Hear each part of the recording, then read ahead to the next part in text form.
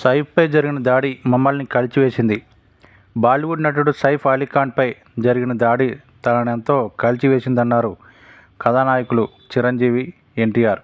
ఈ మేరకు వారిద్దరూ గురువారం సామాజిక మాధ్యమాల్లో వేదికగా పోస్టులు పెట్టారు. సైఫ్ అలీఖాన్పై చొరబాటుదారుడి దాడి వార్త విని ఎంతో కలత చెందా. ఆయన త్వరగా కోలుకోవాలని కోరుకుంటూ దేవుణ్ణి ప్రార్థిస్తున్నా అని చిరు తన పోస్టులో రాసుకొచ్చారు. సైఫ్పై దాడి గురించి విని షాక్ అయ్యా. ఇది చాలా బాధాకరం. ఆయన త్వరలో కోలుకొని పరిపూర్ణ ఆరోగ్యంతో తిరిగి రావాలని ప్రార్థిస్తున్నా అంటూ తారక్ పోస్టు చేశారు. సైఫ్ అలీఖాన్పై జరిగిన దాడి గురించి ఎంపీ ప్రముఖ నటుడు రవికిషన్ మాట్లాడుతూ ఈ సంఘటన చాలా బాధాకరం. ప్రస్తుతం పోలీసు యంత్రాంగం, ప్రభుత్వం నిందితులను పట్టుకోవడానికే కృషి చేస్తుంది.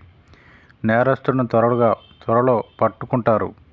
ముంబై పోలీసులకు మంచి పేరు ఉంది. నిందితుడికి శిక్ష పడేలా ఖచ్చితంగా కఠిన చర్యలు తీసుకుంటారు. నటుల భద్రతకు ప్రాధాన్యం ఇవ్వాలి. సైఫ్ త్వరగా కోలుకోవాలని కోరుకుంటున్నా అని అన్నారు.